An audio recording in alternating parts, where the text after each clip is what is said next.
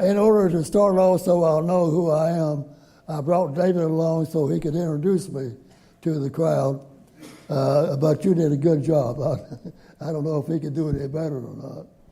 But anyway, that's the way we usually run this. David gets me acquainted with the stage. So, David, you can take it over, and when I'll come in when I need to. Okay. We're certainly glad you're here today for a living history with James Wayman Rose. There are over 1,000 oral histories that personal stories, interviews that's been done by the Sixth Floor Museum at Dealey Plaza about the life, the death, and the legacy of President Kennedy. You can hear many of these interviews at jfk.org, which takes you to YouTube, and including on YouTube, you can see 2 of Wayman's oral histories that was done by the oral historian of the Sixth Floor Museum. Wayman certainly is a gifted speaker with a profound memory of the events that he witnessed. If you have a comment, we invite your questions and insights after the program. These are some of Wayman's military pictures, starting, I think, with his earliest credentials. He's decorated as these pictures turn. You'll see his rank improve. He was a decorated World War II fighter pilot, a Navy fighter pilot in World War II. And when the Kennedy assassination occurred in 1963, he was a traveling furniture salesman and was chosen as juror number 10 on the Jack Ruby trial in 1964. This is Wayman's annual, where he graduated advanced training down in Corpus Christi. George Bush graduated a couple of months earlier, and Tyrone Power, who you see in this photograph, was my dad's roommate during that time. And George Bush is in the center on the second row in this photograph. Wayman did not know George Bush, but they're in the same annual in terms of them graduating the same year. And this is Jane Mansfield. Sorry. Close, but no cigar. Signing Wayman's jet plane at Hensley Field, the Dallas Naval Air Station, just really about a year before she was killed. And certainly some of my favorite pictures.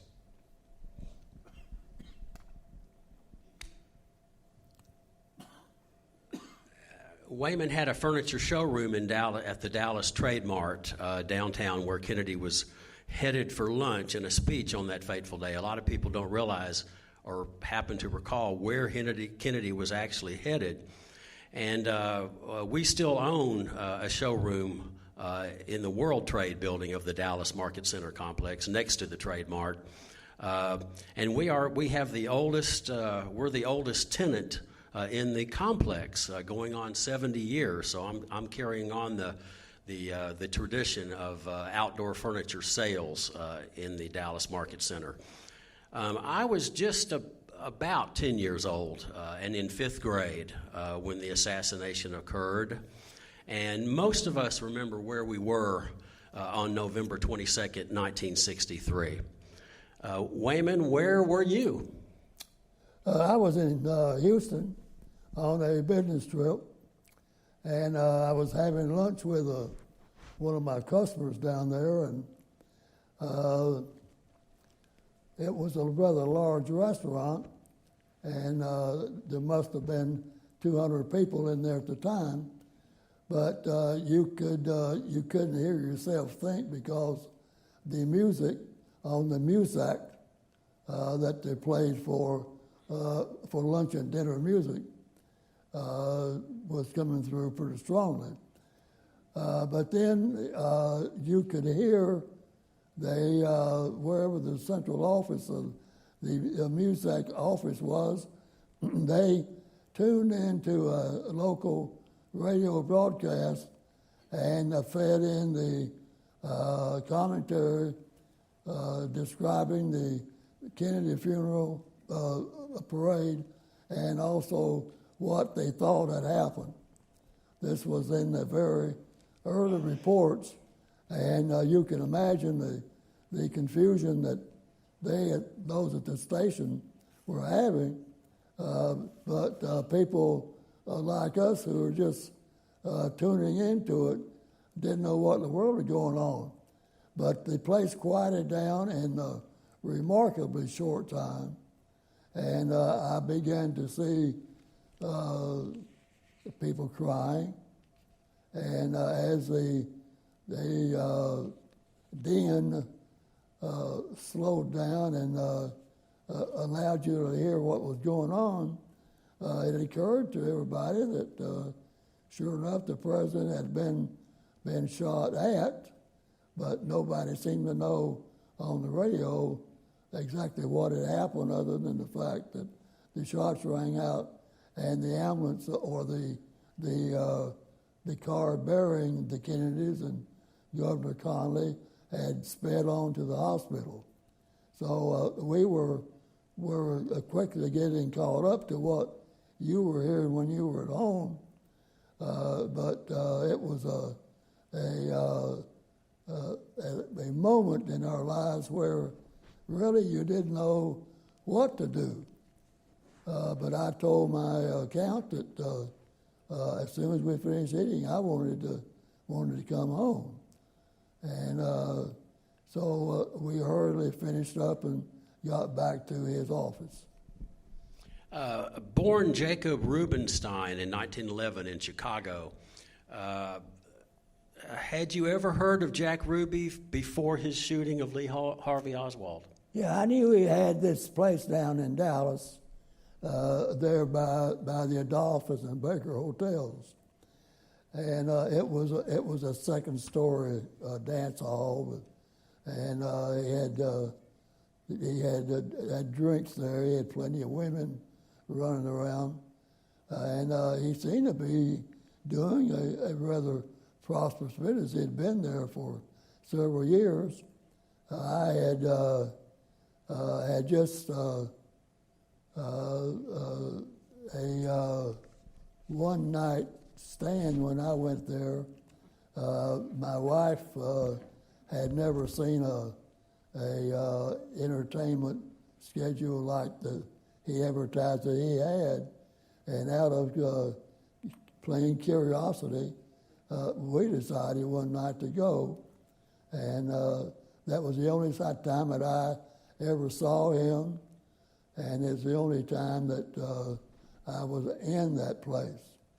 But he was known as a police character around town, and he always had a lot of police in the place.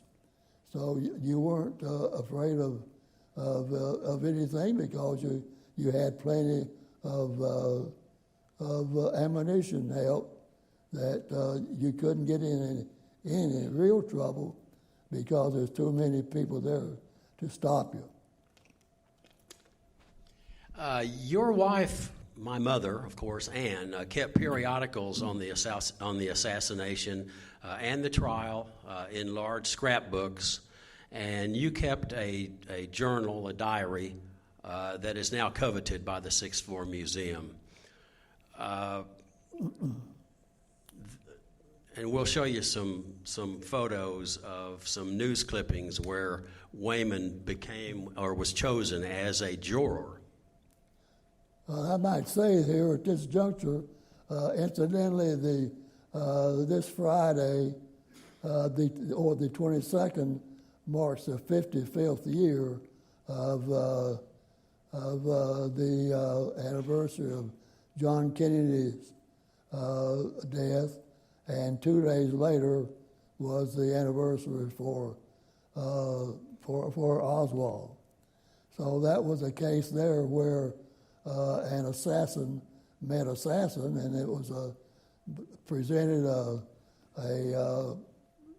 problem for people who were writing stories about that because they had such a wide range of people in it that it was hard to pick out the highlights of of people like that to write a book about them. But it did occur, and I might say too that at this point, because it'll come up later in the program, my wife, the day that she had heard that the Kennedys were coming to town, she began collecting newspaper clippings, magazine articles and pictures, and anything else that she ever came across about the Kennedy family, with the idea that she'd do a scrapbook for the benefit of the children. She said that one day we would be proud that we had such a thing, because she was a good scrapbook keeper. She always, with every civic club that she belonged to, she was immediately made the scrapbook chairman. So she really knew how to put one together, and this one ended up 35 years later, when I finally got her to stop. She had 3 scrapbooks, and they were larger than a newspaper. And by the time you opened both pages out, you had a 5-foot page there.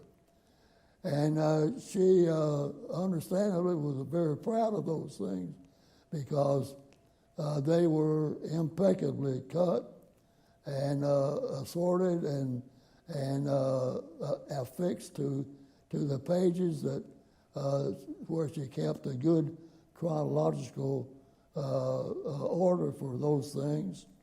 And it would have done anybody proud to go through a scrapbook like that, because they were so unusual and so illustrative.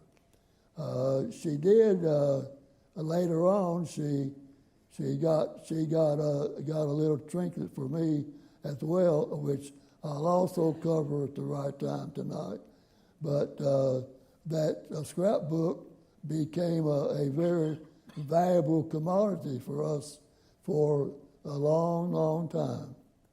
And I had to almost tire up to when I persuaded her to quit, because I said, it's all over, we don't have any place in the house now to put these things, because we had to hide those scrapbooks under the beds and up in the closet or attic or anywhere that we could do it.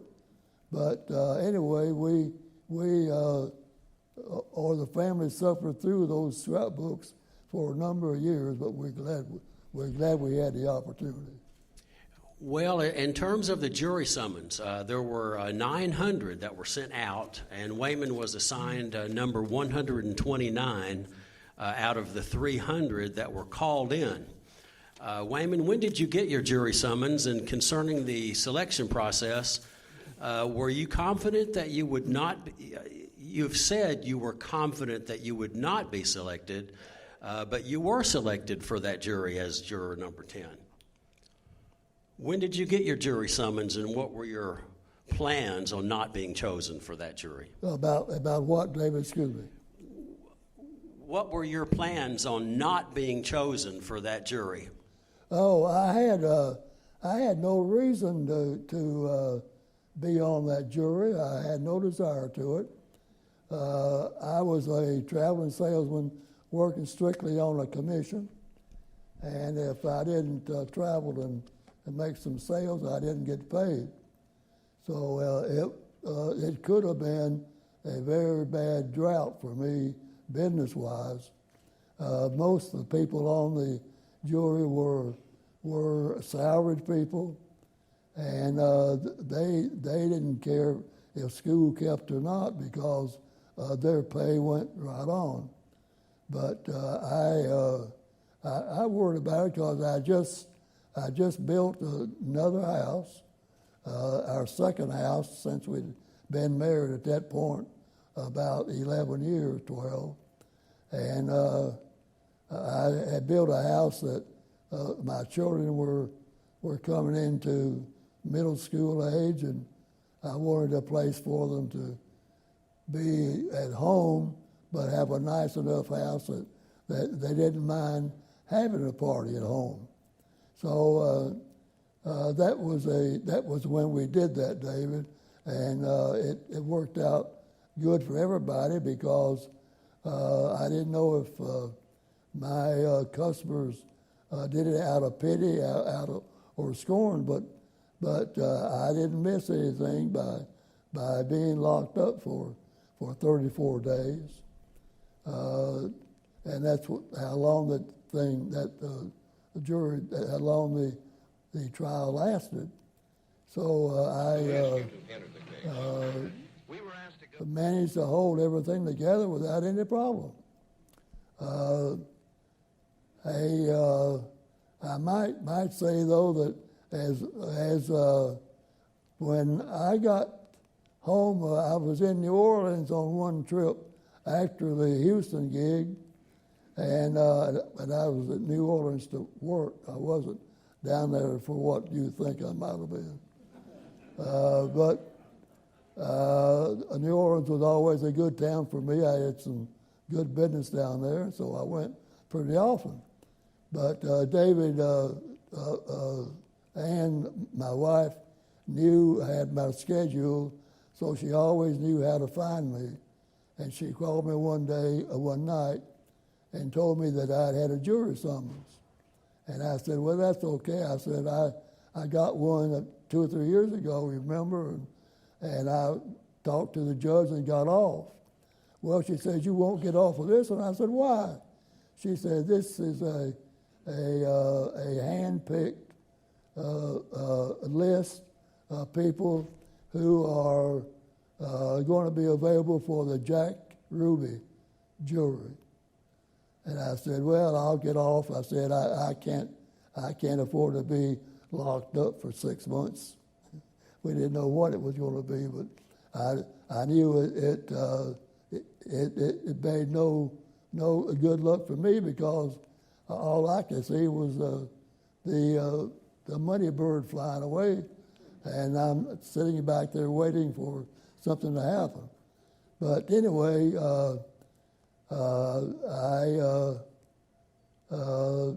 I did on a Monday about somewhere around February 1st of '64. I went to the first meeting of the jurors. They had sent out 900 letters to 900 people, and you wonder there, how do you minnow 300 down to 12? Because 12 was what they wanted for a juror, and having 300 people, in my deepest thoughts, I could see how I couldn't be included in a deal like that, because surely by the time they got around to me, whenever that might be, they'd already have 12. But it so happened they divided the first thing. They had 300 that they brought in on that Monday, and they read out the names of 150 people. And they said, now, when I call your name, stand up, raise your hand, say here, and then I'll give you the number that you are. So anyway, they started pulling names out. Joe Jones here. Okay, Joe, you're number one. And went on through. And they got to 129, and they pulled my name out of the hat. And so I was number 129. And even then I thought, well, with 129, that means they got to interview 128 before me. So surely, 12 was all we want. We don't need more than that. And so I couldn't be that unlucky. Well, it just so happened that they told us all except they said everybody above number 125 can go home now, and don't watch any television mystery shows. Don't listen to the newscasts on radio, television, and just be hermits until we get everybody sorted out and we know where we are.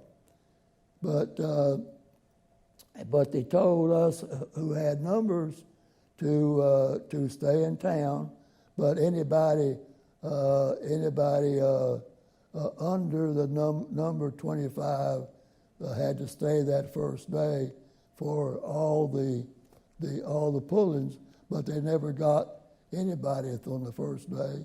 In fact, it was about the seventh day when they got the first person for the jury. And we thought the world over that they're never going to find number one. We kept looking for an excuse to shake number one's hand if we had a chance, but he just never seemed to show up. But finally, they got on through day after day. I'd go down, I'd stay an hour or so, and then they'd send everybody above a certain number home, go about your business, and be back tomorrow at 8 o'clock. Well, this went on for 2 weeks. And on Friday of the second week, I knew that was the day they were going to pull my name out of the hat. Well, let's play the video now and find out how Melvin Belli decided to take the case. We were asked to go into the case some time ago, about a week ago, shortly after this thing happened. But I'd been on trial in Los Angeles in a murder case, and I didn't want to enter another case or make a commitment until that case was over with, and that jury is out now. And as soon as that jury was out, then we came on out here. Asked by whom? We were asked by the family, particularly the brother, Earl, who was here in Dallas, and Earl came to my home in Los Angeles and talked to me and spent a day there, and that was about 4 days ago or 5 days ago. After talking with Jack Ruby, what is your impression of him, sir? I don't think I can tell you anything more than I have about the case, except that he wasn't the man that I expected to see, and I was very impressed with his sincerity, and so that you're impressed with mine, when I say that I'm not going to discuss the case, I say period. And I know that you'll respect my respect for the ethics and the formalities of your association here and not say anything more about it until we get to trial. You remain in Dallas? Period. You remain in Dallas? No, I'm going back to San Francisco, and then we're coming down because we've got an awful lot of work to do. I'm holding a book. I'm going to read a passage from this book that Melvin Belli wrote in 1964. It's on page 138, and he wrote this about Wayman. He says, the lead juror, as the name states, is the one whom experienced counsel feels the others will follow. Max Causey eventually was selected foreman by his fellow jurors, but my choice for leader is now as it was then, J. Wayman Rose. Rose was a tall, handsome man with dark, receding hairline from a high forehead, prominent cheekbones, a flat, long nose, dark, direct eyes, and an authoritative manner of speech. Rose made me sit up by volunteering an anecdote about a football player. This was not only a wonderful anecdote, I wish the other jurors could have been there to hear it, but Texas allows no other panelists in the room while one is questioned in a homicide prosecution. It also showed that Rose comprehended exactly what I had in mind and further had the intellectual ability to put the point in the most vivid form possible by the analogy. He was our lead juror, and after saying to the judge with deep sincerity, We accept this juror. We want this juror. I leaned over my book and wrote, our best juror. Intelligent, too. Looks like a Latin. I have a rapport. I'm amazed Wade took him.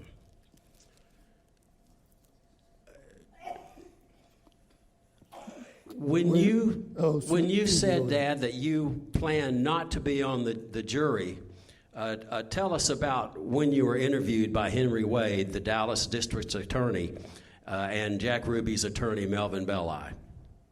What questions were you asked to seal the deal?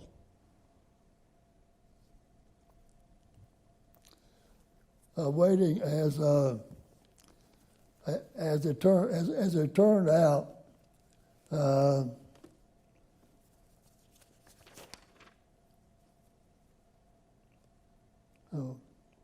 Okay.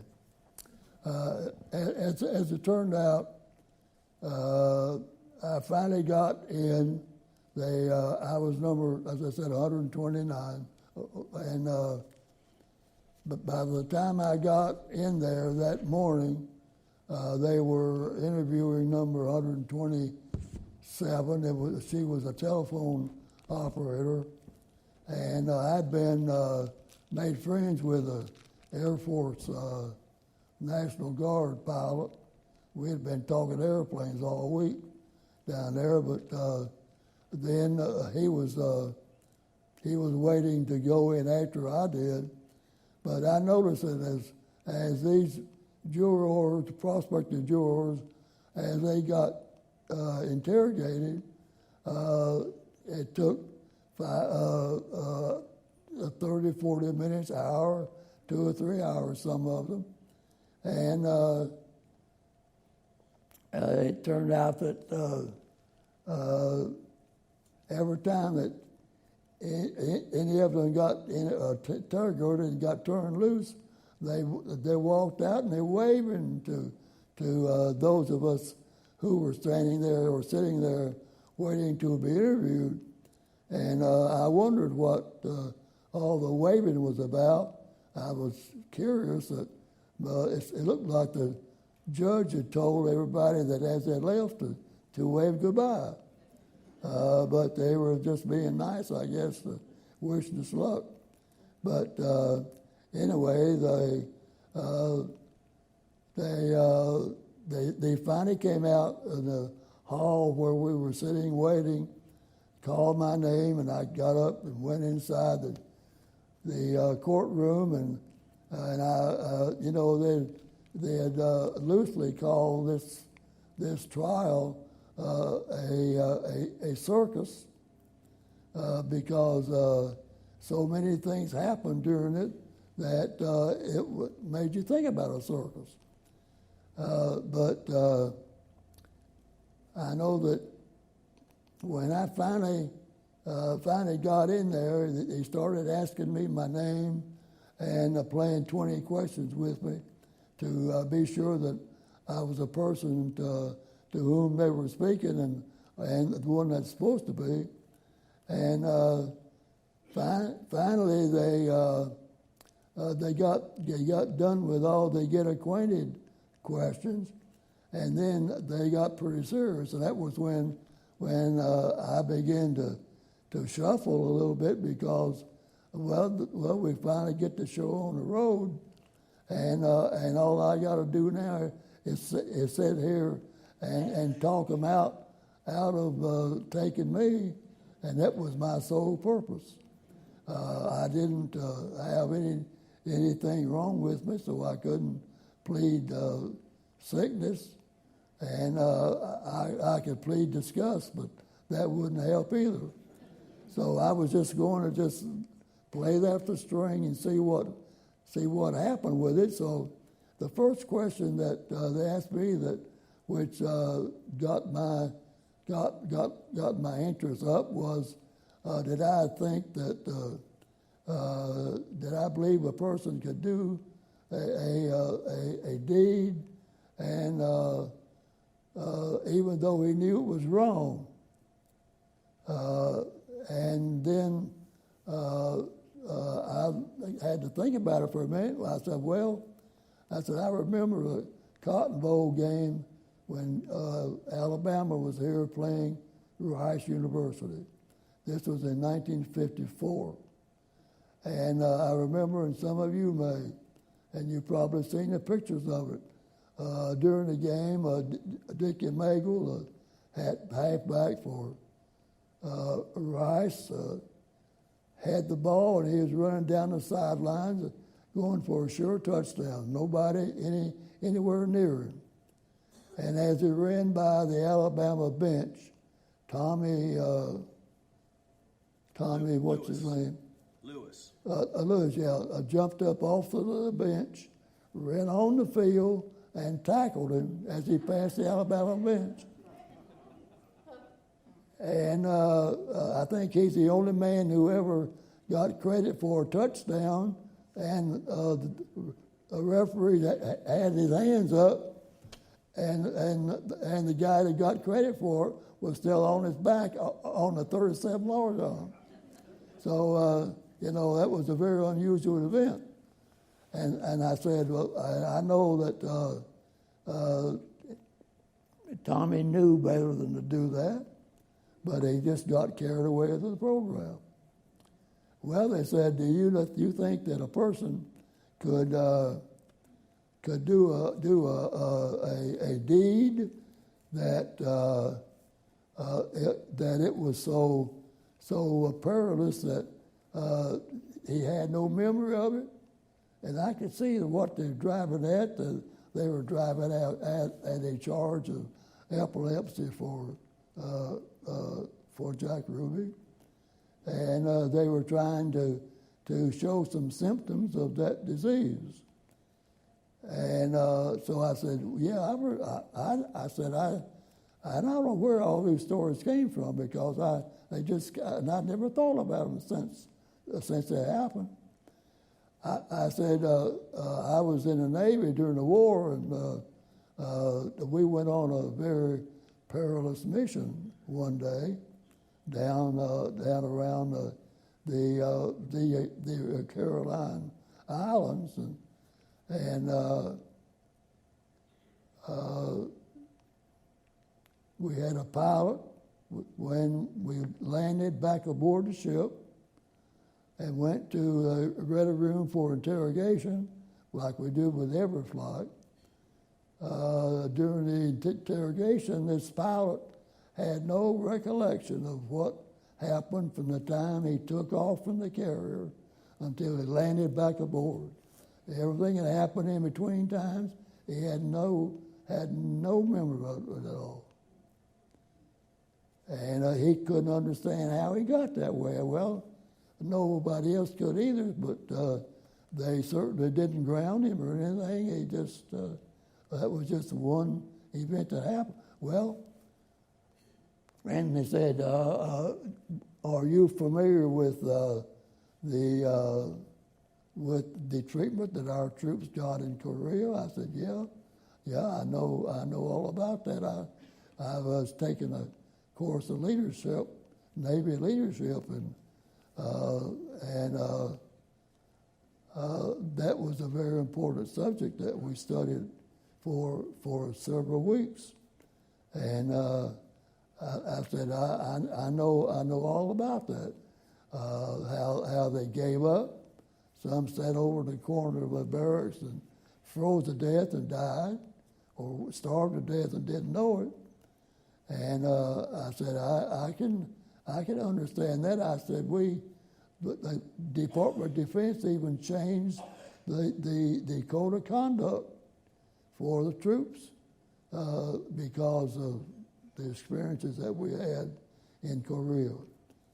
Well, at that, Mr. Belli jumps up and said to the court, said the defense would be proud to have this man for a juror. And Mr. Wade, the district attorney for the county of Dallas, got up and said the same thing. They both wanted me on the jury. And first thing I knew, I had my hand up, taking the juror's a sworn testimony.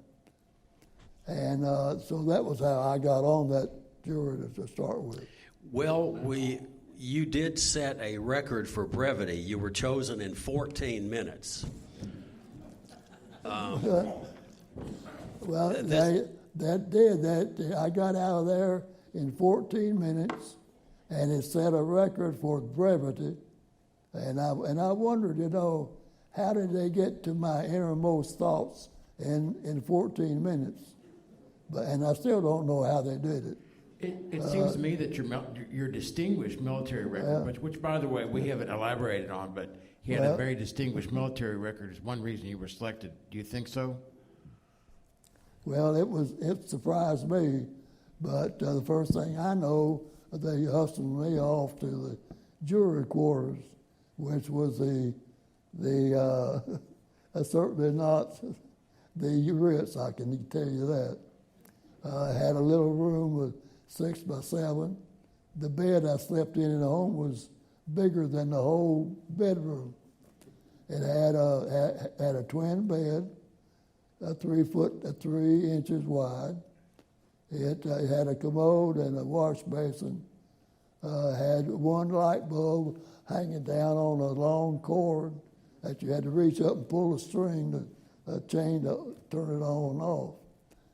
Had a nail in the back of a door where you could hang a coat hanger or two to hang, what there. And the thought occurred to me that, I don't have a thing except what I got on. So I told the bailiff, and we had 2 bailiffs there all the time. I told the bailiffs, I said, look, I got to call home and order some clothes. My wife, she's going to be mortified and surprised that I'm going to be on this jury. And I said, I got to have some clothes. Well, anyway, that became an everyday affair. I'd go to the sheriff every morning, go in his office, and he would call my home and talk with my wife and ask if I had any important mail that I needed to know about. And whatever she told him, he looked up at me and told me what she said. Then I'd tell him something and he'd tell her back. Well, at the end of each conversation, I said, Sheriff, you tell her I love her and miss her. And so he told her, and he looked back up at me and said, she loves you too and wishes you were home. So, hey, let's run the video on the jailhouse quarters and let them see. By the way, what he was living was a converted jail cell. It was between the 5th and 6th floors of the county jailhouse. Well, these things that happen to me are exactly, and I've thought about it some down through the years, that there are things that would happen to you, and you would have the same problem and probably the same thoughts that I had. But this thing all came up. I didn't expect it, and I was a little surprised by it all, but I could see why they took me, because I had such a good understanding of what they were going to do, and it was to my advantage and to their advantage that I knew both sides of the story. But I was just lucky. If I'd cut school some, maybe I wouldn't have been so smart. Maybe that's what. Okay, let's run the video on the living quarters. So you've mentioned that you communicated with your family, your wife, through the sheriff. Where were your meals taken, and how were the restaurants chosen? And Dad's going to tell one story of one restaurant that he suggested that the jurors go to. Well, I got good indication right away, because they took me just before lunch, and I didn't get into the jury quarters until it was time to go to lunch, because they called a recess.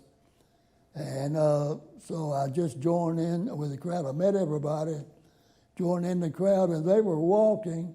They had been walking 4 or 5 blocks up Elm Street to one of several restaurants to take their meals every day.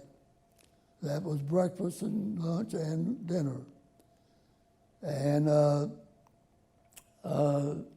we hadn't walked but a half a block that first time out, and all the while we had about 25 photographers who were running ahead of us, standing there and taking their pictures. And as you walked by, they'd break out and run up another 50 feet, stop and turn and take pictures. And then I know that on one occasion, or on that same occasion, a car stopped on the curb, and the driver rolled his window down and called to us to give him a chair.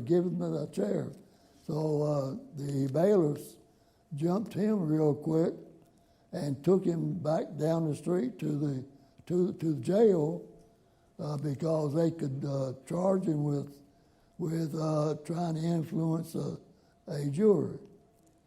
And I guess he learned something about the rules.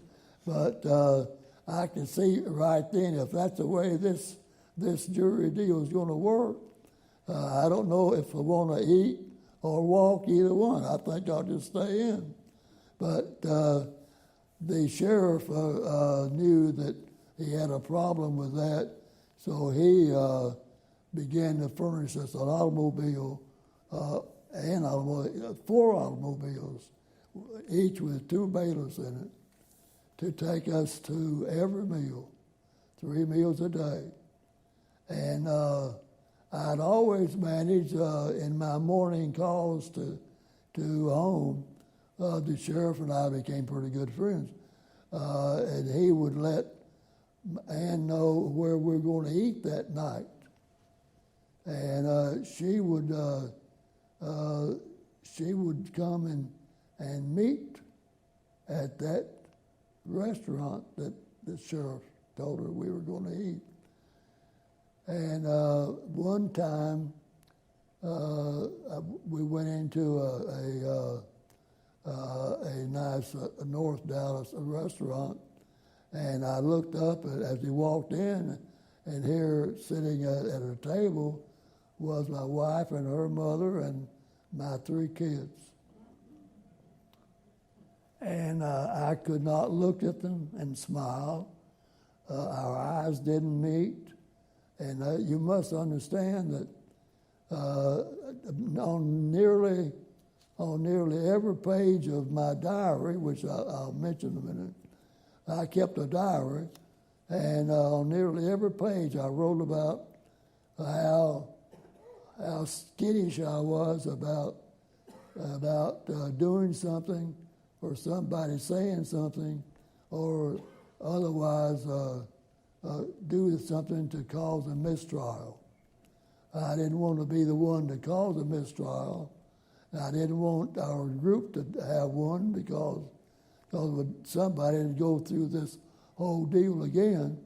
So I kept telling them that don't do things that you know are not permitted. So we never had any problem, but I sure did talk about it a lot in my diary. My wife that night, though, when I called and ordered my clothes to be sent down, my wife sent shirts and all that it took. And I told the sheriff, I said, tell her to bring my suitcase as is. Now I said that with a purpose because I was traveling, and I had a suitcase that was always packed, always had it ready. I had everything in it I needed for several days, and including stationery and manicure set and so on. My wife said that she wanted me to keep that diary though, and take it. We would have it for the same reason she was making a scrapbook. She wanted me to write down what the jury did in their off times, or what did I think about being alone and being down there in the country's eye. So anyway, it worked out fine because that scrapbook is a very valuable piece of memorabilia that we during a wild moment with the sixth floor museum, we graciously gave them her scrapbooks and my diary, and I had some offers to sell my diary for $25,000 after that trial was over. And in fact, Life magazine came to my house and borrowed it, took it and they typed it for me, and gave it back to me and said they'd give me $25,000 if I would finish it. And I said, no, I said, it's finished. And the man said, no, he said, I want you to tell me how everybody voted during the deliberations. And I said, I can't do that. We agreed amongst us that if any of us wrote a book or wrote anything about that trial, we wouldn't tell how anybody voted. And so anyway, he handed it back to me and he said, when you change your mind, he says, I got $25,000 that's yours. But I still didn't sell it. But I ended up giving it to the sixth floor museum, and they say it's one of the most popular things that they've got in their whole collection. They've got the man in the white suit with his straw hat and all that down there. Got him on exhibit, but they say they get more traffic from my diary and from her scrapbooks than they do anything else. So well, Dad, it did end up to do some good after all. Tell us about this picture up on the screen about the Bounty restaurant where you suggested you go that night for a meal. That was one for the books.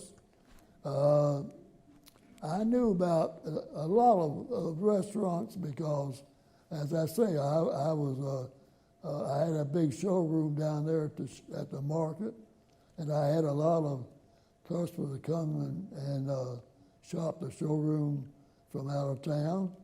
So I knew where all the good restaurants were, and the juries, all the guys, the people on the jury, looked to me for answers for what's the best restaurants and all that kind of thing. In fact, I even had the title, and it's been well publicized, that I kept the jury in a good mood because I knew a lot of jokes and it kept everybody entertained. But I did it because I wanted to keep myself entertained as well. But it was a pleasant job, but it got a little tiring after all because I didn't want to be such a goody-goody. But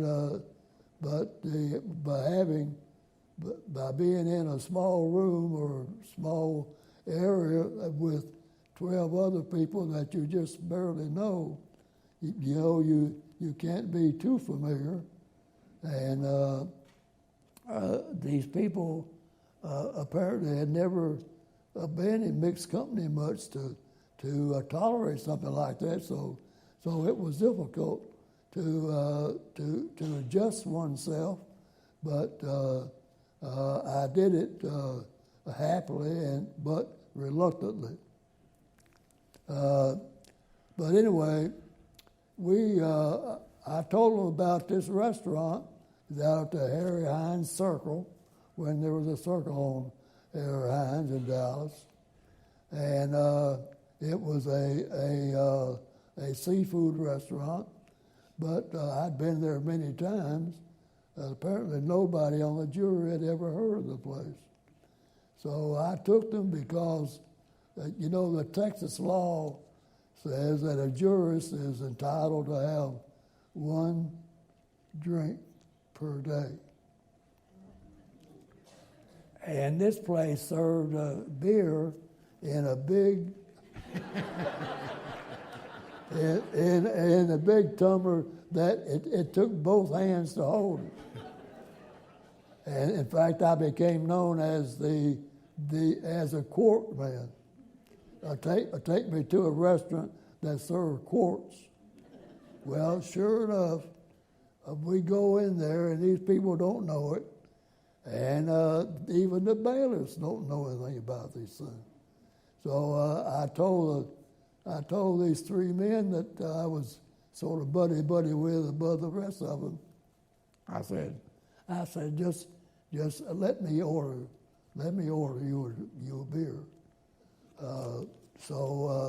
Anyway, I ordered four beers and winked at the waiter, and he knew what I was up to, I guess, because he brought those 4 quarts out there on the tray and set them down on the table and gave them out.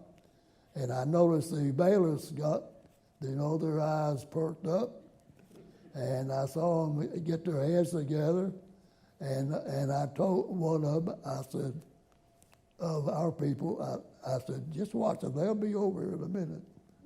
And sure enough, one of them got up and came over and said, Mr. Rose, said, you know what you're doing? I said, yes, what?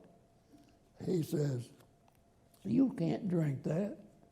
I said, sit down here, I'll show you. I said, you don't think I can drink 2 of these, do you? And he says, you're breaking the law. I said, what does the law say? The law says you can have 1 beer a day. Well, I said, how many do you think I'm going to have? I couldn't drink 2 of these things. Well, he gave up and went back and sat down, and he let us enjoy the beer. And we went back one time, and they never said a word about it. But that was an experience that if you'd been there, you would have laughed about it too, because these guys were very appreciative of that. And that was like. If I can digress just a second, when I got my bag, I'd asked my wife to bring my bag as is. Well, it came, except that she had taken out several things that really got me disturbed. I had, in addition to the other life-giving properties, I had a quart of a black and white scotch in my bag, and I had a transistor radio. Transistor radios had just been on the market for a couple of years, and I had one just to have at night in case I needed it on the road for any reason. And she took that out because she knew I wasn't supposed to listen to any news on the radio. So anyway, between her and carrying out the laws and me trying to break them, we got by pretty well. Okay. Well, Jack Ruby's attorney, Melvin Belli, was clearly impressed with you. You were also quite moved and enjoyed listening to Mr. Belli. His defense, of course, was a rare type of epilepsy, psychomotor epilepsy, where one is not aware of his actions. It went on to be called a variant that causes one to forget things that they have done. But after 34 days, the jury took only a couple of hours of deliberation. The jury decided that Ruby did it deliberately, and was sane. So there was nothing to decide but the penalty phase. 10 out of the 12 jurors were for the death penalty.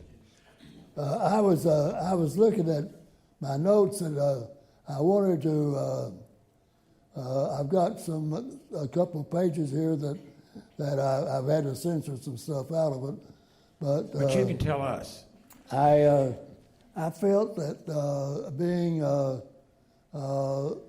unfamiliar with these kind of trials, most of us never had the experience, but a lot of things happen inside that you never would have thought about or that you never would see.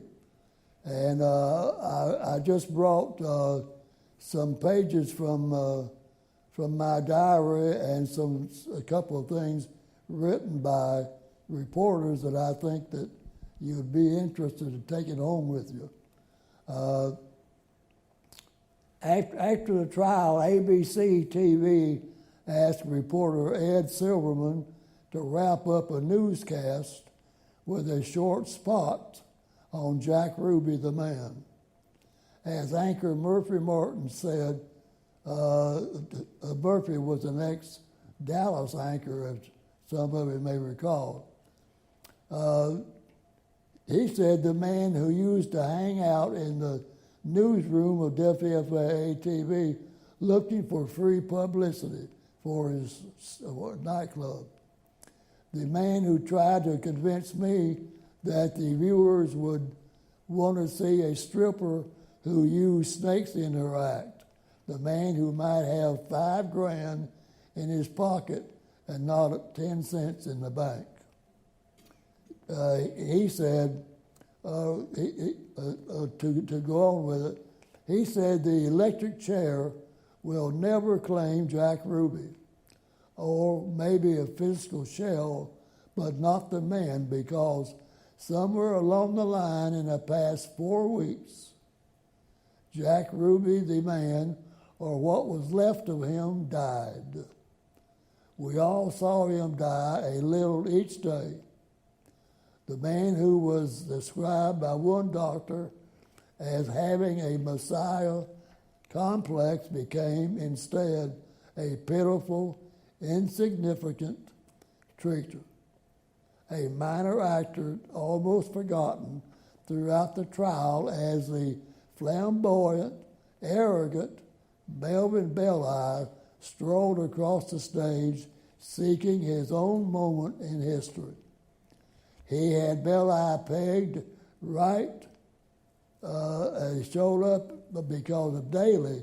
He showed up in a brocade vest, an Italian suit of silk, mostly black. Showed up in a brocade vest, a watch with a chain running from here to there, dangling all the time, and a solid color silk suit, as I said, Italian half boots, and his white hair softly combed back and fluffy, looking for all the world like a San Francisco carpetbagger. And that's exactly the way I felt about it. And I even wrote half of this myself because I had the same thoughts. As the trial came to a close, Jack Ruby sat and heard himself compared to the village idiot by his counsel. He barely reacted. There was nothing left. He might have had his moment if he were permitted to testify. And because I kept saying, I wish he would say something, say, I'm sorry, I made a mistake, blah, blah, blah, but he never said one word because Belli had the claps on him. Why do you think Belli had the claps on him? What? Why do you think Melvin Belli kept him quiet? Well, he wanted the stage for himself. He knew he didn't have a chance going in of getting anything but a conviction. but he was determined to show himself off. Jack Ruby might have had his moment if he were permitted to testify. He wanted to, but was denied even this. No one can deny the enormity of his pride, and so, perhaps in this case, justice should not be tempered with mercy, but certainly with pity. Was there any suggestion during the trial that Ruby was working on the behalf of the mafia? No, there was never any mention of a conspiracy, never any mention of a second, third, or 10th person. And besides, the state knew they had their man, and they wanted to pin that on somebody, and they had the best shot at it, I guess, with Jack Ruby than they had anybody else. By the way, for the benefit of the audience, with Lee Harvey Oswald. With the benefit of the audience, in 1963 was not a federal crime to kill a president. So that's why the trial would have been was Texas versus Rubenstein, and if Oswald had survived, it would have been Texas versus Oswald. Mm-hmm. Well, I read a book about a conspiracy written by Bill Gatewood. He was an author of some small renown, but Bill had a theory about all that, and he put it together. Everything was verified. He told it exactly as the truth, and he had mentioned 38 men or people as people who had come in close contact with and had visited with, talked with, knew very well Jack Ruby. And as it turned out, and in his book, out of that 38 people, 37 of them died unnatural deaths. They died with their throats being cut and all kinds of terrible ways to die. But that was the mafia's way, of taking the lives of people who knew things that they didn't want spread out. So that's what's good enough proof that it made you stop and think. But I've dealt with the 6th Floor Museum so long and know what they've got down there with evidence. I've talked with experienced people who were on the Warren Commission's group who made a separate investigation of not only Kennedy but the Jack Ruby as well, and Gatewood had a pretty good argument. But just 3 weeks ago, we visited with two men who were on the Warren Commission, and spent a good evening with him and talking about Jack Ruby and that trial. And we're going to get together again soon, but I haven't got a date with him yet. But, have you ever met with Mr. Gatewood? Yes, yeah. No, I'm talking about Judge. What was his name, David? I've got it written down. Was he the one at the 6th floor a couple of weeks ago? Yeah. Well, I write those things down now when I want to remember. Well, I was there and I already forgot. Now, as you well know, the House subcommittee person was there as well at that 6th floor, and they didn't see eye to eye on the subsequent investigation. But in terms of this trial, It lasted 34 days, and Yes. and they used the appeal of his medical issues and his epilepsy, and incidentally, the mafia likes to hire epileptics because apparently the defense of using epilepsy is sometimes gets them out of a guilty verdict. Yeah. Tell us about how Joe Tannehill took over the case along with Herbert Winston Smith, and the case was overturned. Did you hear that question, Dad? No. Do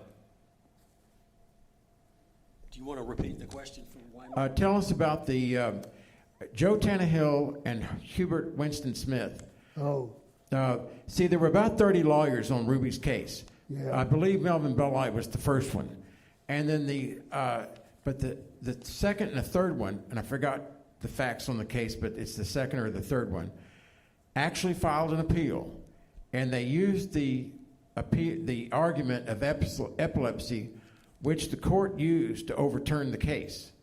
How'd you feel about that? Well, they in fact found two cases of epilepsy, proven epilepsy, that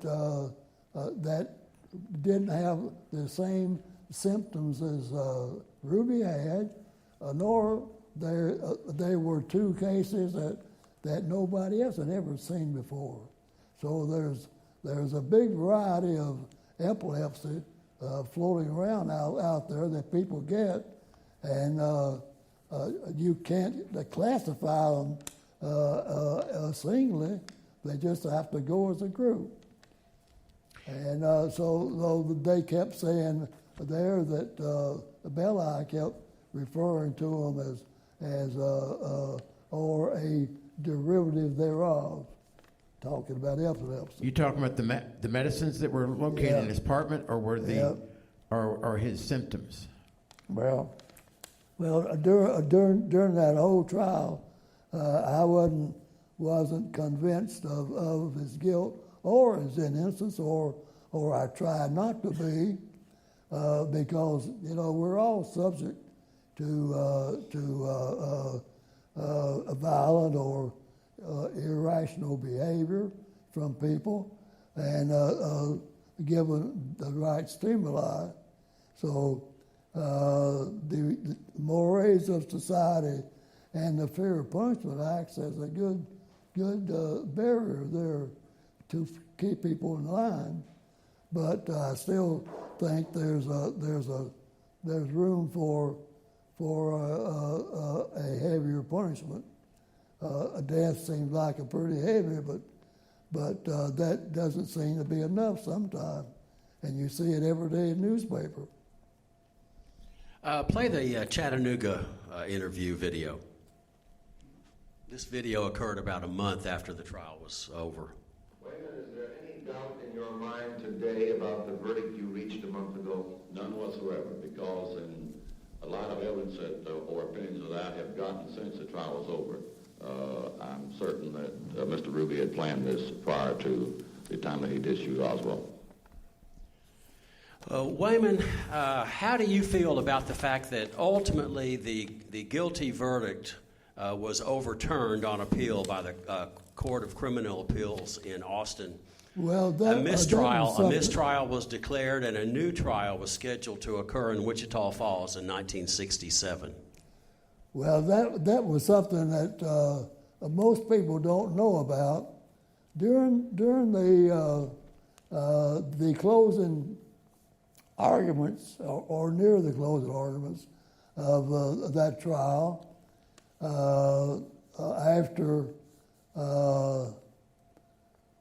after Jack Ruby shot Lee Harvey Oswald, he was immediately overcome by a sergeant of detectives of the Dallas Police, plus a Secret Service man named Sorrells, who took the cuffs off off of Oswald and went upstairs with the cuffs off of Ruby. I'm sorry, Ruby, and took him back up the elevator to a room where they sat and talked with him for about an hour. I became suspicious there because Belli began to asking the judge if he could have a copy of the sergeant's report that he made on that meeting, because even though they did not have the Miranda rule that they have today, to advise a prisoner that anything he said would be held against him, etc. They had a warning similar to that they read to a prisoner, but it didn't have the teeth in it that the Miranda had. So the Miranda was a natural outgrowth from that situation. But anyway, Belli wanted to see the original report that the police sergeant had made because he apparently had smelled a rat or knew something that none of us knew. And the judge kept denying him the privilege of getting a copy of that report, because he said, Mr. Belli, or Belly as he called him most of the time, he says, you have a copy of that report. Yeah, but Belli said that he wanted the original, and he said, Judge, is it just the dark edges that I can't get the original of a copy of a police report today? And the judge says, well, he said, I guess it is, Mr. Bell, I guess it is. So he never gave him that report, but it turned out, and I made a entries on my diary that looks like we're getting pretty close to having some trouble here. And that's the only thing that I mentioned in my diary, but I told all the other guys, all the other people that I was writing that diary. They all knew it, and they knew not to pick it up, not to touch it, because it was private, because if they had gotten a hold of it, it most certainly would have caused a mistrial, and that was the last thing in the world I wanted. But was that original report ever released? What? The original report, was it ever released? Yes. But after the trial? Yeah, because it came out later when he asked for a new trial, because, he had asked for a change of venue before the trial began, and the judge wouldn't move it out of Dallas County. But he wanted to move it because he didn't think he could have a fair trial in Dallas. And I took issue with it in my diary, though, that he could trust the people in Dallas with anything like that he wanted to. Was there ever a point that you were persuaded by Melvin Belli that his arguments might have suggested was there ever a point you thought Ruby was not guilty? No, not that I know about.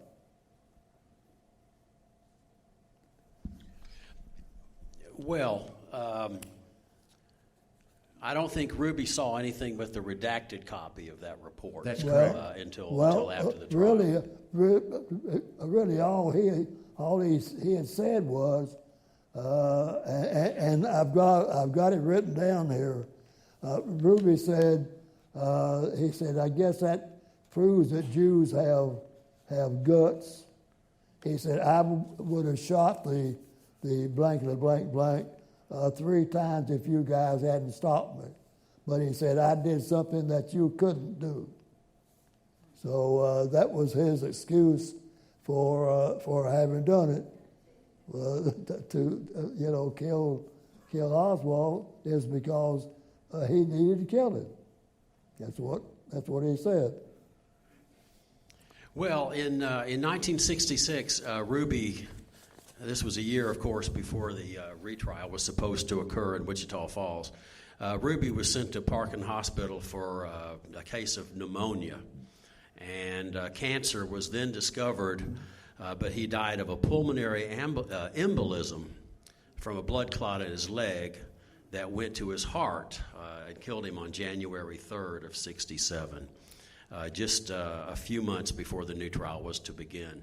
So Ruby technically died, an innocent man, due to his conviction being overturned. Was there ever a sense of a conspiracy? No. Discussed by the jurors? There was never any talk about conspiracy or any of that off-color stuff. Everything was put as you saw it in the newspaper. And I always said, listen, I got on the jury, yeah, but I didn't intend to, and I don't know any more about that trial than you do. You read the paper. So that was as close as I can get, and I still don't know any more than the average person. It just happens that I happen to be close to some of that where it almost got into my blood because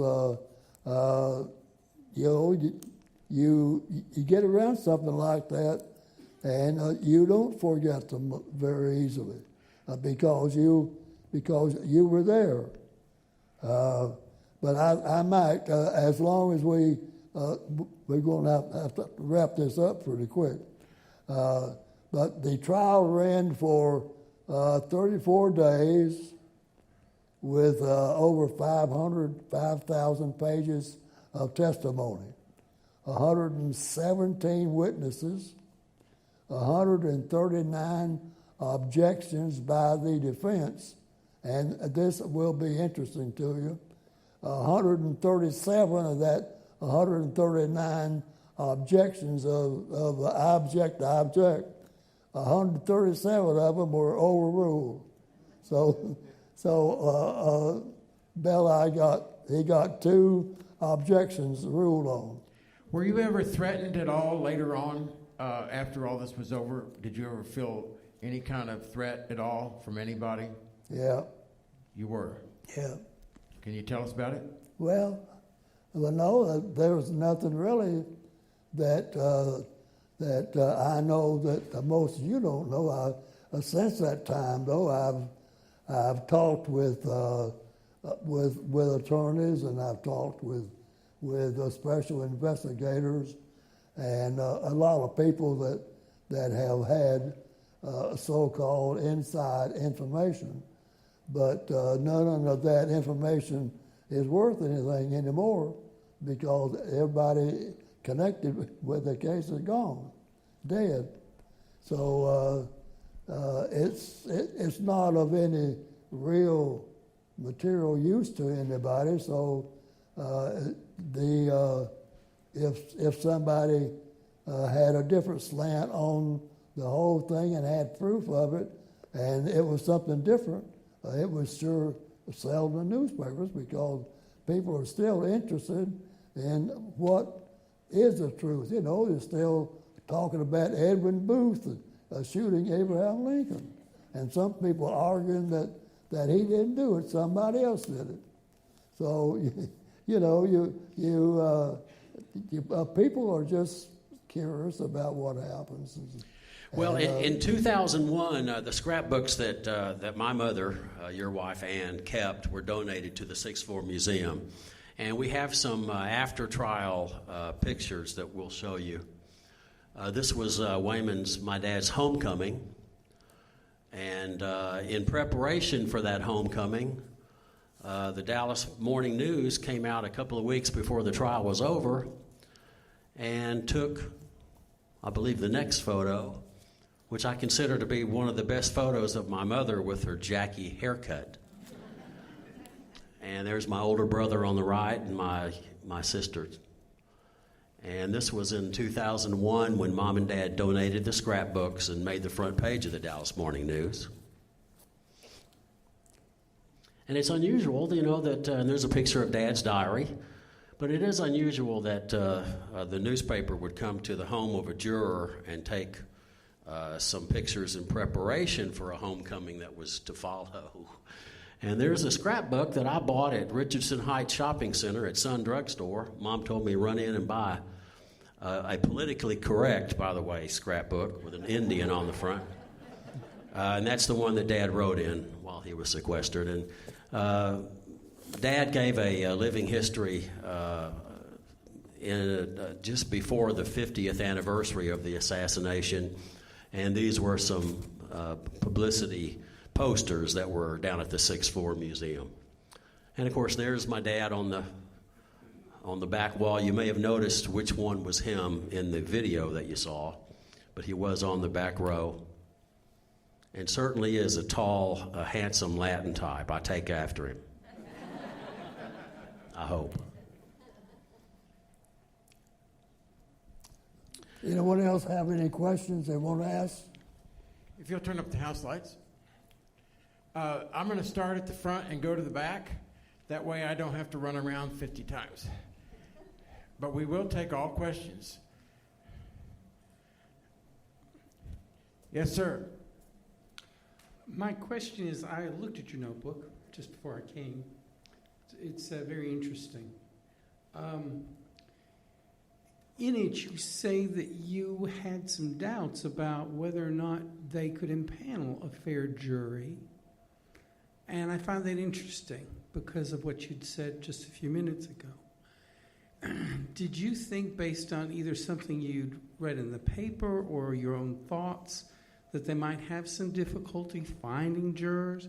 Or what was your thought as you were going through this whole thing about how fair people could be given what they might have seen and experienced in their neighbors and friends and that kind of thing?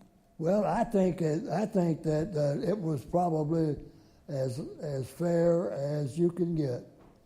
I know that the people in Dallas didn't like to be accused of having any part of that assassination.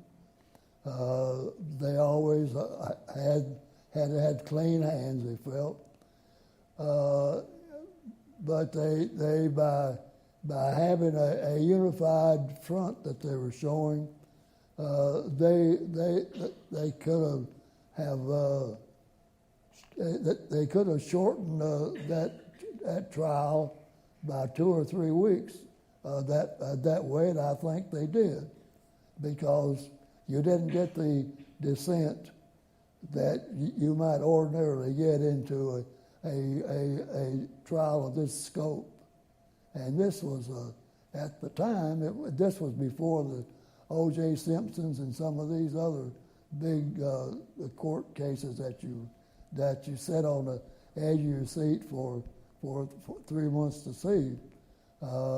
This was in the days when this kind of thing was unheard of, and it became world famous, and it's just almost made you proud to be an American, to see how effective our courts are and how they can hold up under a strain of a situation like that. But I think that the people backing the whole course, I think that they helped shorten that trial. Do you think if the defense attorney had presented the case differently, it would have made a difference in your decision, perhaps if he hadn't moved for a change of venue, hadn't made so many objections that ultimately were ended up overruled? Or if there was a difference in the presentation that you think would have made a difference to you? David, you want that? Can you repeat it again and try to speak up real loud? Hold on, real quick. Yes. Do you think if the defense attorney had presented the case differently, you would have come to a different decision For instance, if he hadn't moved for a change of venue, if he hadn't made so many objections that were overruled. Can you hear that, Dad? No, I didn't. I still don't.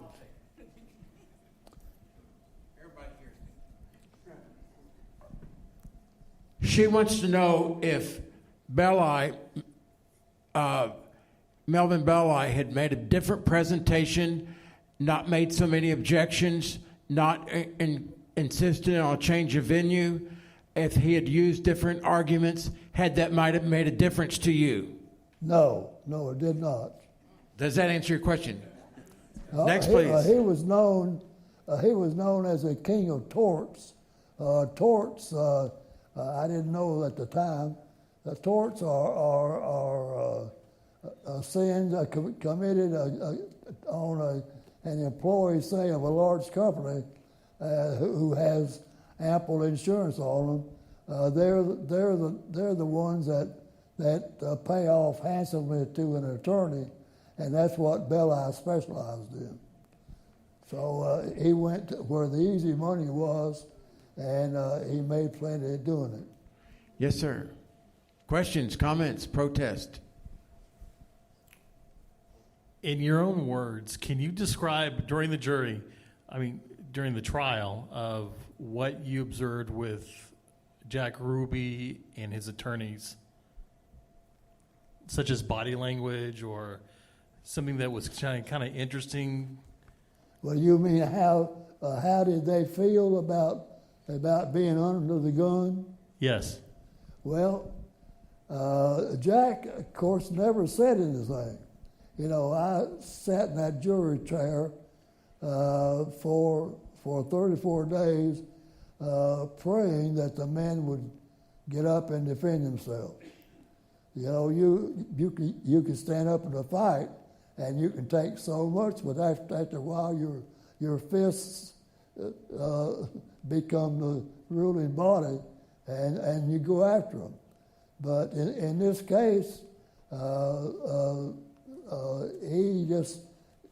I guess he was muzzled by Belli. That's all I can say is that he couldn't do anything with him there.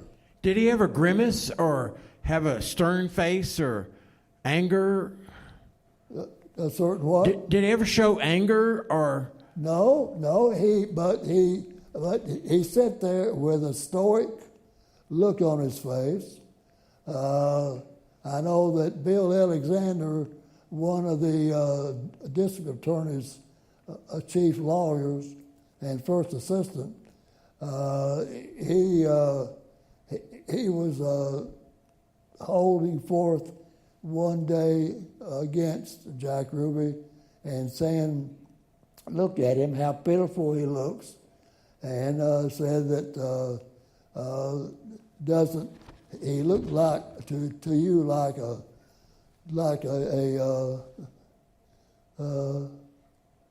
what was it, David? Anyway, he said he looked like some kind of a beaked animal because of his features, and I looked at him and thought, well, he does look like some kind of animal. I didn't know what kind, but he just sat there, and but he never smiled, never spoke to anybody that I saw. But he was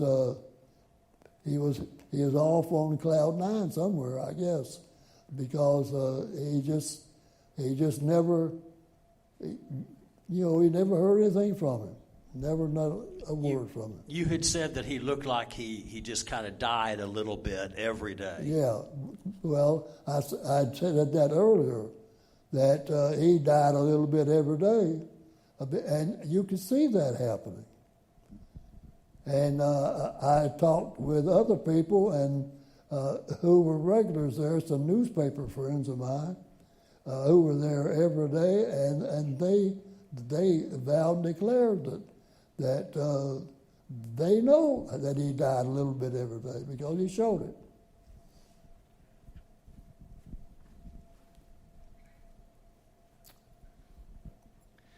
Mr. Rose, Navy Air, Navy Wings of Gold, thank you for your service.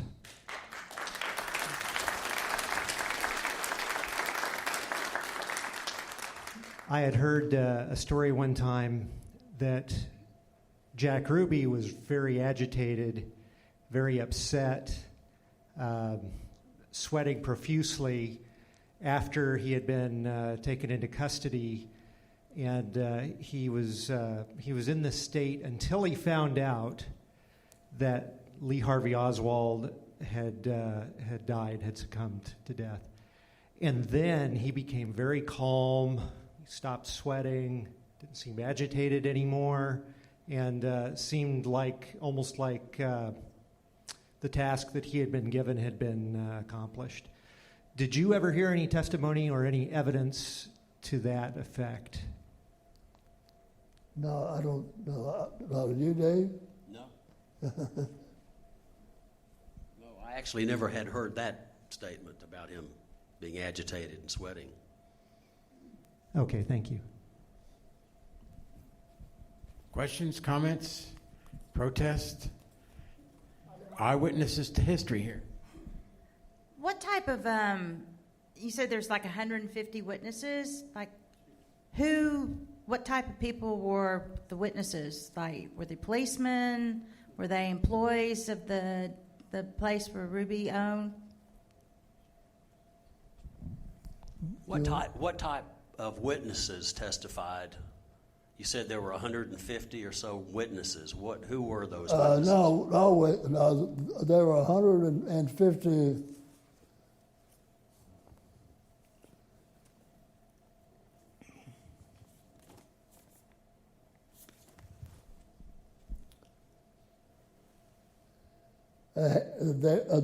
There were 117 witnesses, 139 objections by the defense. 137 of those were overruled. The question is, who were the witnesses? But no, they don't have that many witnesses. What were the witnesses questioned about? They did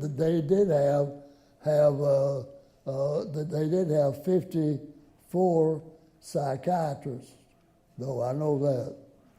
And that's what maybe you heard about the psychiatrists, because somebody said they have more psychiatrists here than they have spectators. Did they have any policemen testify? What? Policemen, did they testify? Did police agents testify?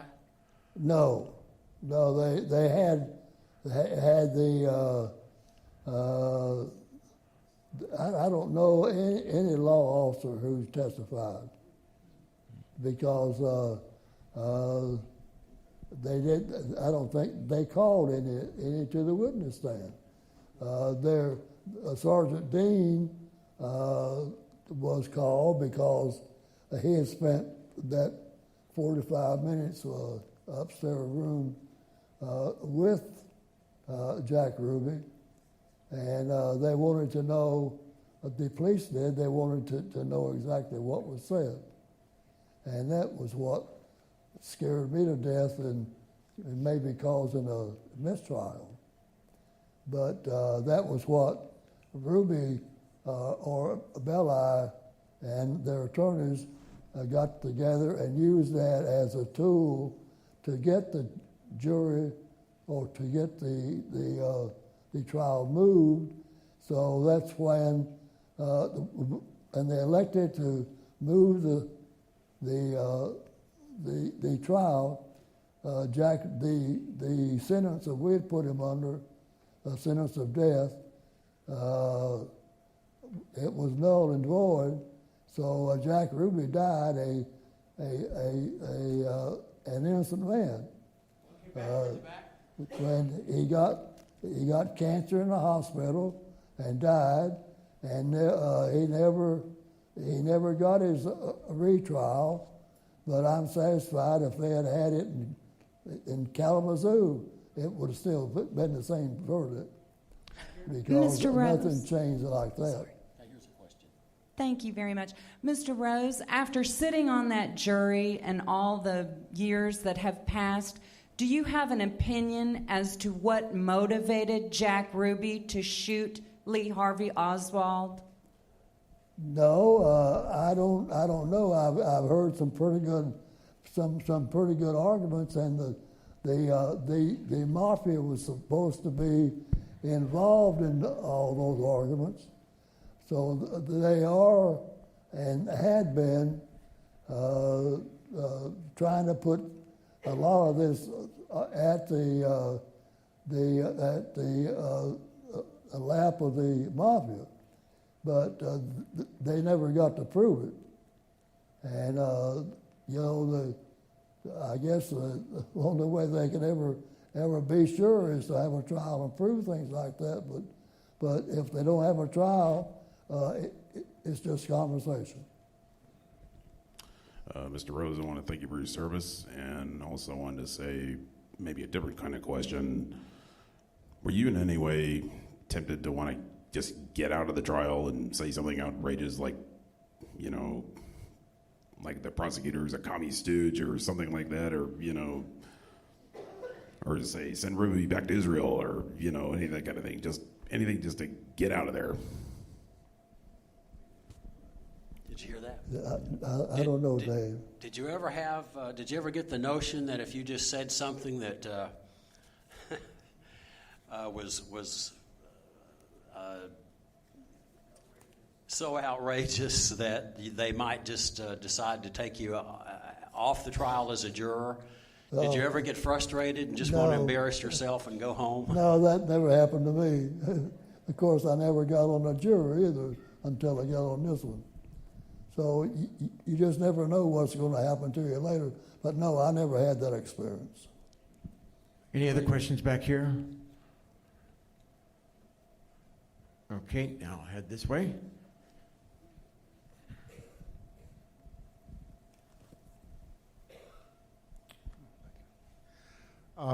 Question for you. During your time on the trial, or in all the years afterwards, just being exposed to this whole thing, did you ever have any doubts of whether Oswald was the only one that killed Kennedy? No, I never did. I guess that I was standing too close to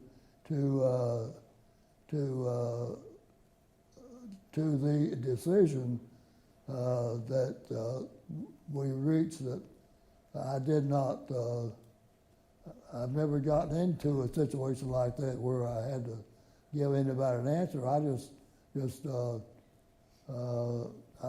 there. Okay, over here.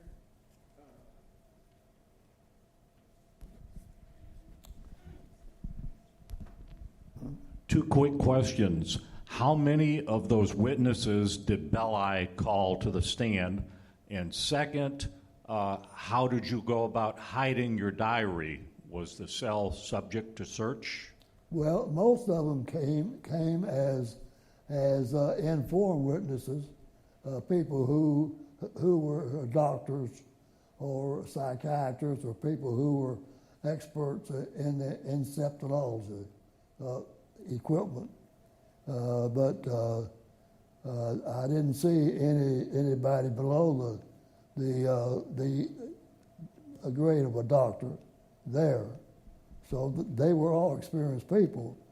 But, when you talk about pleading insanity at a trial like that, or any trial, it becomes anybody's ballgame, because it just depends on what lawyer that you're looking at. I know I wrote somewhere in my diary that I can go, am I supposed to sit and listen to a closing argument from a slick-tongued lawyer doing his very best to sell the jury on a point to get his person off and free, how can I make a decision just by the polish on a man's demeanor when he's giving a speech. And you can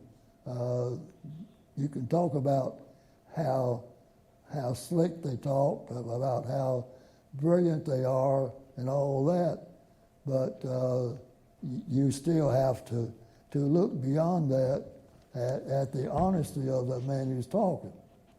And you know, the old saying about an honest lawyer, you know, it gets pretty touchy. But no, I don't think that you can depend on one man's argument to swing you. So it doesn't pay to go to sleep. Like I sat there a lot of days. I'd given anything I had to just lie down and sleep for 30 minutes because, you know, it just it's a kind of a atmosphere that puts you to sleep. Okay, over here. Thank you. First of all, thank you so much for coming tonight. We really, really do appreciate it here in Allen. The last question I have is this.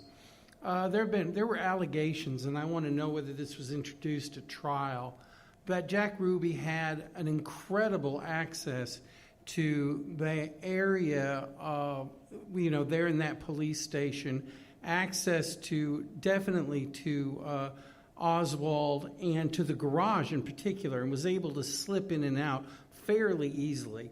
Do you remember that kind of information being conveyed during the trial? I mean, No. was that introduced? No, I never heard. Never heard anything beyond what one of the anchormen had given about he might have $100 in his pocket, but he hadn't got a dime in the bank. The reason Ruby could slip down there, the policemen all were buddies of his. He would give out little cards, free drinks for the policemen, because that way he knew that they wouldn't come arrest him for the other activities that went on at his bar. One last question I'm going to ask. 3 or 4 weeks ago at the Kennedy Museum, there was a debate between the last living representative of the Warren Commission and the head of chief counsel of the House Select Committee. They really butted heads down there. And in fact, after the program, they didn't even speak to each other or shake each other's hand.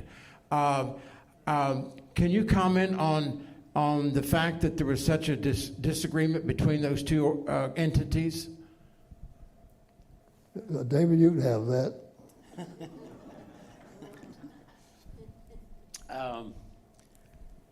Well, the representative from the Warren Commission, stated that we simply look at the facts, and he was not willing to consider anything you might want to throw into the category of a conspiracy theory.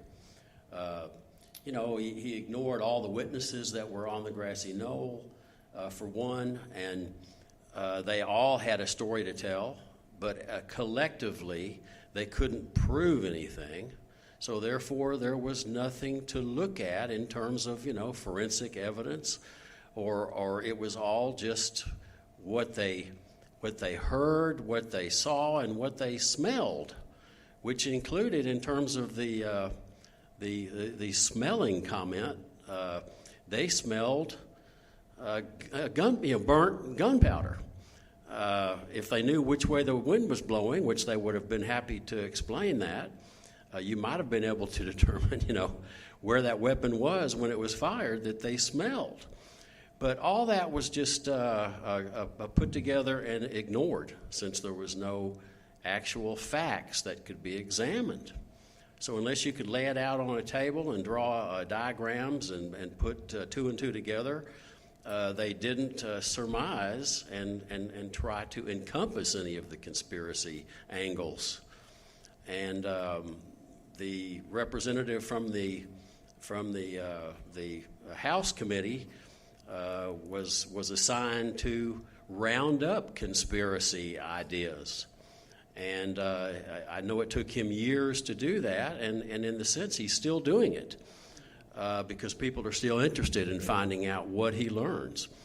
But at the same time, as we enjoyed that discussion, he didn't give us any factual proof either. It's all supposition.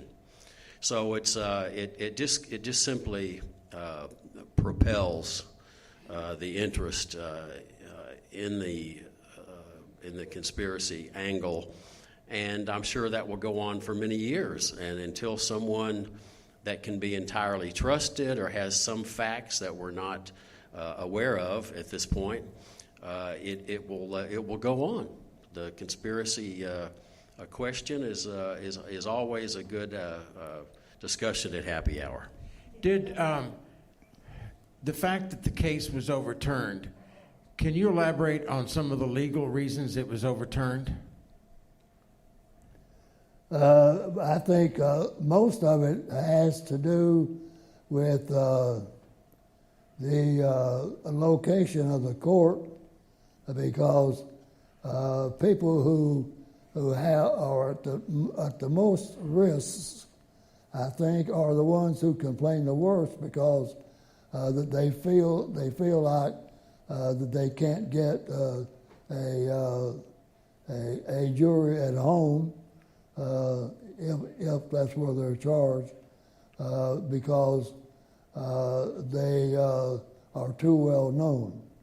I know that we, in like David just answered, we've had occasion to meet with these Warren Commission people here these last several months, and at each of the meetings we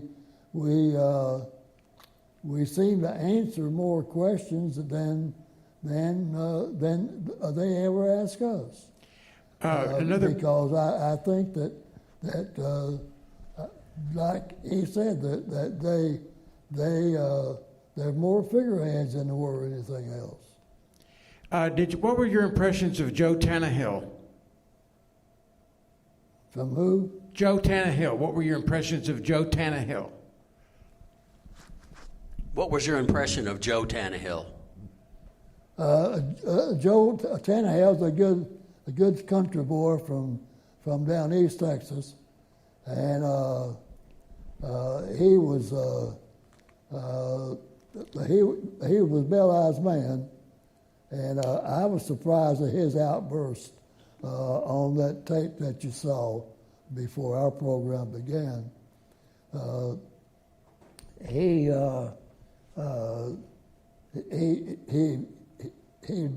I don't know if he ever held any cases much here, and how he got with Bill I really don't know. One last question for the audience. Anybody? You must be working on a college paper.